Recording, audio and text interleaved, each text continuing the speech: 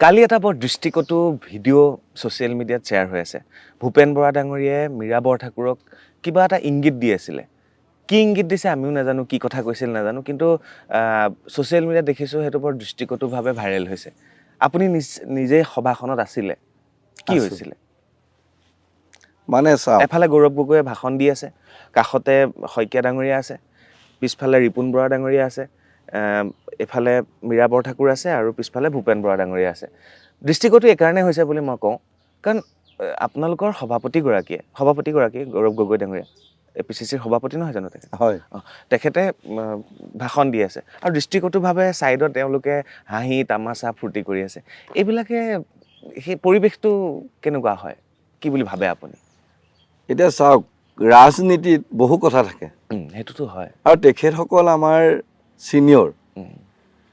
গতিকে তেখেতসকলে যেতিয়া গাড়ীখনত গৈছে, যিহেতুকে আমি সকলো মানুহ ন, তেখেতসকলে হয়তো ৰাইজৰ উৎসাহটো দেখি, কিয় গৌৰৱ দা আমাৰ অসমৰ এক নক্ষত্ৰ নহয় জানো?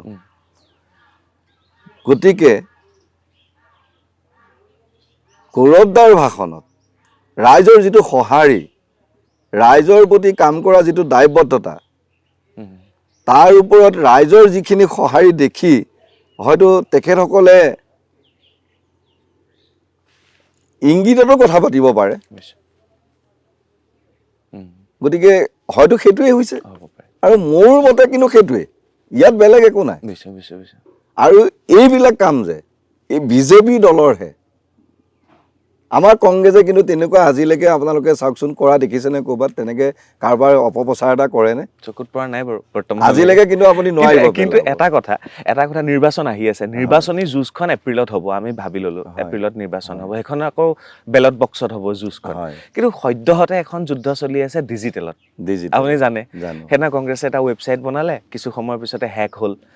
এই যিটো ডিজিটেল যুদ্ধ নিৰ্বাচনৰ প্ৰাক্ষণত নেতাৰ এইবিলাক কথা বতৰা ছ'চিয়েল মিডিয়াত ভাইৰেল হোৱা, এই যুদ্ধখনত কংগ্ৰেছ জিকি আছে, সমানে সমানে গৈ আছে নে হাৰিছে? আপুনি ডিজিটেলৰ কথা কৈছে নহয়, সমাজৰ সৰ্বস্তৰ মানুহখিনিয়ে দেখি আছে, কিন্তু ডিজিটেলখন চলাই কোনে, আগবঢ়াই নিয়ে কোনে? জনসাধাৰণ।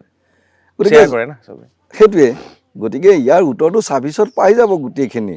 গতিকে জনসাধাৰণে গোটেই বস্তুটো আগবঢ়াই নিব। গতিকে এতিয়া আপুনি এইটো নিৰূপণ কৰিব নোৱাৰে যে ইয়াতে 10,000 ফলোৱাৰ্ছ বা 20,000 লাইকছ, এইবিলাকে কিন্তু নিৰূপণ নকৰে। নিৰূপণ কৰিব 2026ত ভোটিঙেহে, বেলট বক্সত EVM-ত।